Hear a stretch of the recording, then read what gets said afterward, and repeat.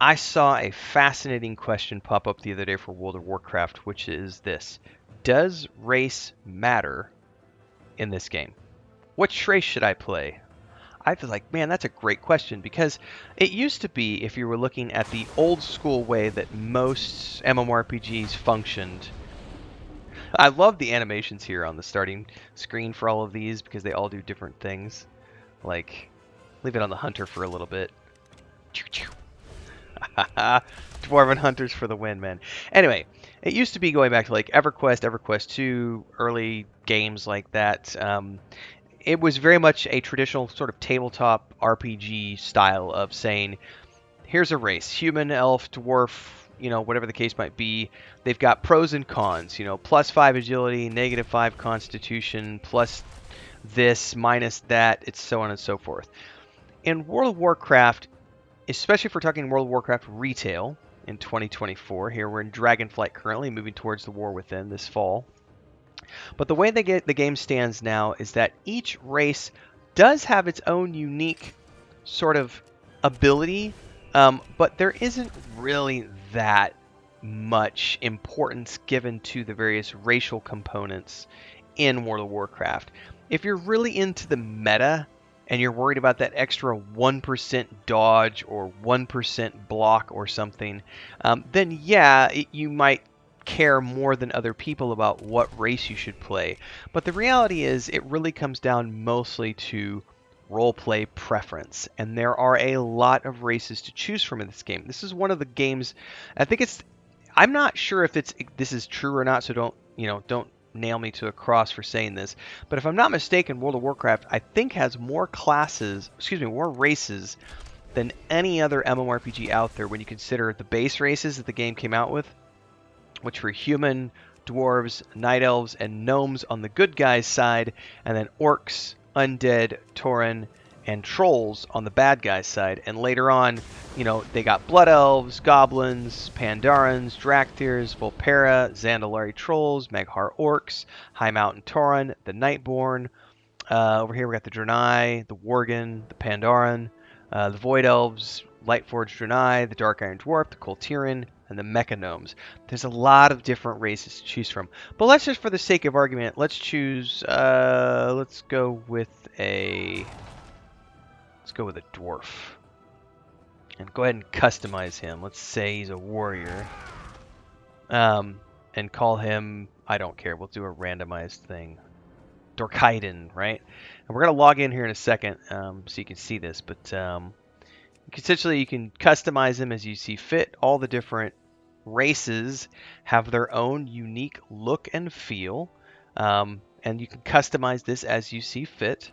And then let's just go to Coldridge Valley, because it's one of the classic starting areas, just so that I can show you this, so that when you get in, I don't even think they show you this on any of the character creation screens. That's how little it actually matters in World of Warcraft. But you do get racial abilities. Let's get into the game here real quick, and you'll see what I mean. And it's different for everybody, but here's the thing. They are mostly there for roleplay flavor. Again, there is a little bit of meta involved if you want to dive deep into, I want the maximum dodge bonus and the best dexterity for my character, stuff like that, if you want to go down that path. But you don't have to if you don't want to. Come to the enduring halls of Ironforge. Never skip cutscenes, everybody. With the workings of the Titans, the dwarves retrieved their creator's mystical tablets from the fabled city of Ulduar.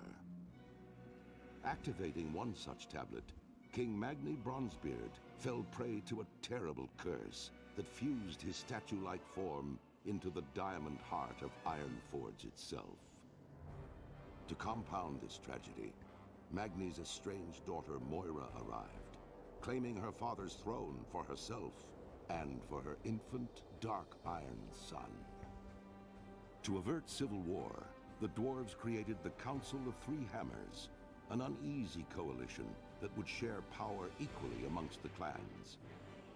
Now, with political upheaval rising within the kingdom and the great cataclysm ravaging the surrounding lands, the future of Ironforge falls to brave dwarves like you.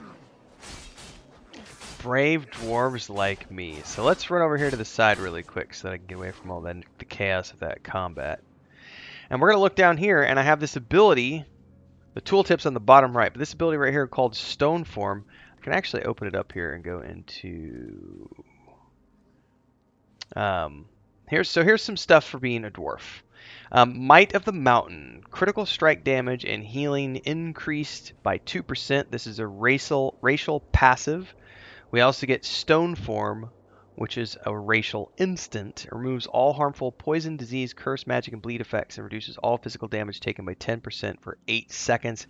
And it has a 2-minute cooldown. We also get Frost Resistance because of being a dwarf. So this reduces frost damage by 1%. And we also have Explorer, which allows me to find additional fragments when looting archaeological finds and allows you to survey faster than normal archaeologists. So those are the basic abilities that I get because I'm a dwarf.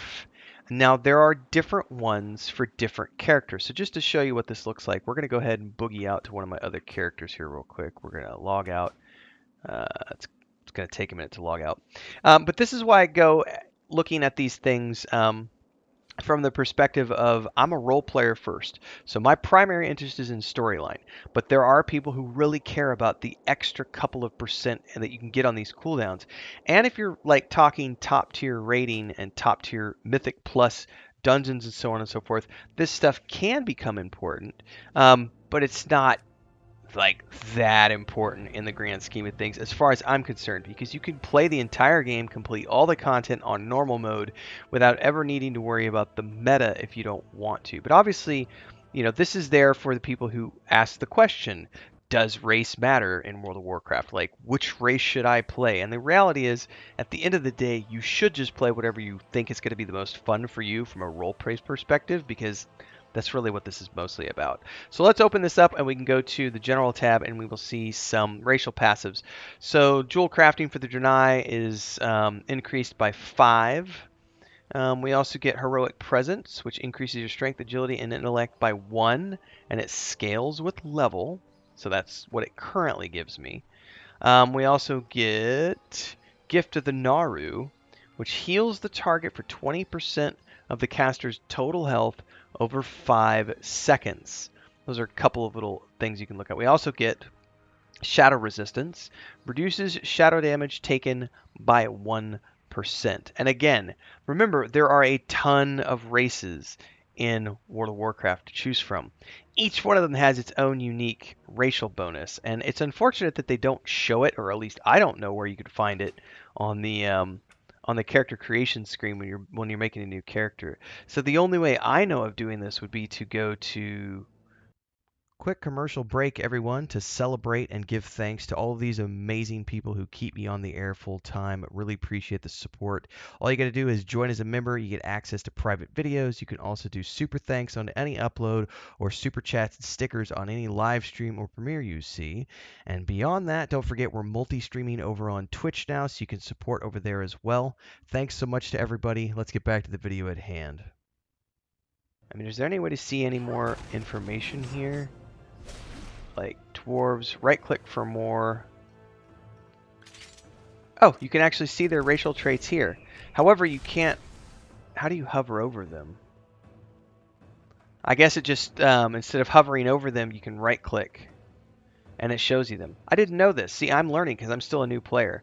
So you can right click and it shows you the generic information, but it won't let me hover over them to see like the actual statistics. But we can go through and see Night Elves can fade into the shadows. They're more difficult to hit. They move faster when they're dead. They're resistant to nature damage. They have faster movement when stealth, faster attacks at night, and increased critical chance during the day. Gnomes can escape from speed altering effects, so on and so forth. Go over here to the other side. Blood Elves, enchanting skill increased. Mana and energy restoration, dispel nearby enemies, they're resistant to arcane damage. The Tauren, they get to stomp, which stuns nearby opponents. So you see there's lots of cool stuff here for those who want to dive in to the meta. So hopefully that answers your question. For me, at the end of the day, I don't think it matters what race you play. There's no best for anything unless you want to get down to the nitty gritty. It doesn't really matter in my perspective. It's mostly just for roleplay. Pick what you think is going to be the most fun to play for whatever class you're choosing. And if you like this video, don't forget to like, subscribe, and hit the bell icon so you never miss an update. Daily streams at 8 a.m. Central Time here and on Twitch. Come join us. We're on the Moonguard server if you'd like to hang out with us. We raid Saturday nights at 8 p.m. Central Time. We're currently doing Dragonflight, getting ready for the War Within and the World Soul Saga. All normal mode, no heroics, no Mythic Plus. We're just a story guild. Story first, role players, having fun. See you in the next one, everybody. Have fun.